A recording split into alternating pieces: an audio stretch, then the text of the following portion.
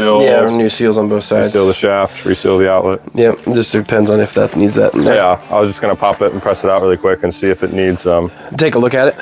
see if we need to order that or not, and then everything else should be pretty straightforward. Yeah, let's do it. Pull it in there. And if you guys didn't know, we work on all makes and models. So like right now we got, this is a Reed, working on those. We got Schwings out there. We got another old Olin over there. We work on them all. So if you're local to us or anywhere, you want to get your machine here, we'll work on it all day. Give us a call, all right?